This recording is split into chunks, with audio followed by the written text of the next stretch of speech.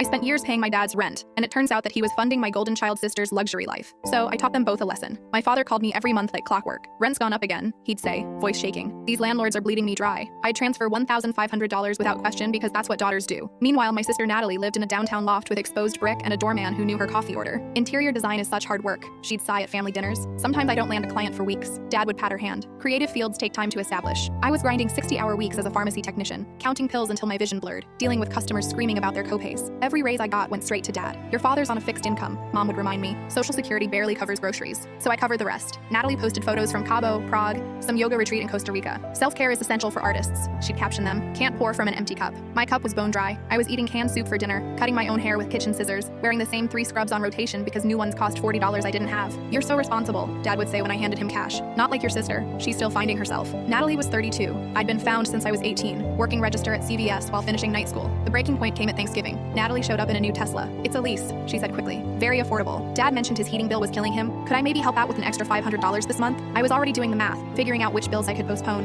when Natalie's phone rang. "Hi, Daddy," she answered. "Different Daddy? Her sugar daddy?" "No, my daddy, our father." "Yes, the payment went through. Thanks so much. Love you too." She hung up, saw my face. "What? Who was that?" "Wrong number. You called them Daddy. People are weird." But I knew that look, that guilty flash before her face reset to neutral. After dinner, I helped Dad with dishes. "That's a nice car Natalie's driving." "Leases are smart," he said. "No maintenance costs. Must be expensive though." "She's doing well. Finally getting established." "How well?" He dropped a plate. It shattered across the linoleum. We cleaned it in silence. Next morning, I called the bank, said I was Dad's daughter needing to verify a payment. "For the November transfer?" The teller asked. "Which one?" There were 3. The largest one, $4,000 to Natalie R., processed on the 15th. $4,000. I was giving him $1,500 thinking he was drowning, and he was forwarding it plus $2,500 more to Natalie every month. I drove to Natalie's loft. She answered in silk pajamas at 2 p.m. "You look tired," she said. I pushed past her. The place was immaculate. Professional furniture, real art on the walls, a kitchen with appliances I'd only seen in magazines. "How much does Dad give you?" "I don't know what you're talking about." $4,000 a month. That's what you're talking about." She crossed her arms. "He wants to help. I'm building my career. With my money. He takes $1,500 from me, adds his own money, and gives it to you. That's not my fault. He never asked you to pay his rent. He said he couldn't afford it. Did you ever check? Did you ever wonder why a 1-bedroom in his neighborhood costs exactly what you've been paying?" I hadn't. I just believed him. "This is fraud," I said. "It's family," she countered. "He's helping both his daughters the way he thinks best. By lying to me, by supporting my potential. You have a stable job. I'm trying to create something. You're creating Instagram posts from beaches. That's networking." I left. Dad called within an hour. "Natalie's upset. She'll survive. You can't cut her off from family." "I'm not. I'm cutting you off from my bank account. After everything I've done for you?" "You mean after everything I've done for Natalie? You're being selfish. She needs that money. Then you can get a job." "I'm 70 years old, and I'm 28. I've been working since I was 16. Maybe it's someone else's turn." 6 months later, Dad called. Natalie's design business failed. She moved back home with him. "We're struggling," he said. "Could you help out just temporarily? How much do you need?" $1,500 would help." "What a coincidence. That's exactly what I used to pay for your fake rent." "It wasn't fake. I had expenses. So do I. Real ones." He hung up. Natalie works at a furniture store now, selling the pieces she used to buy with my money.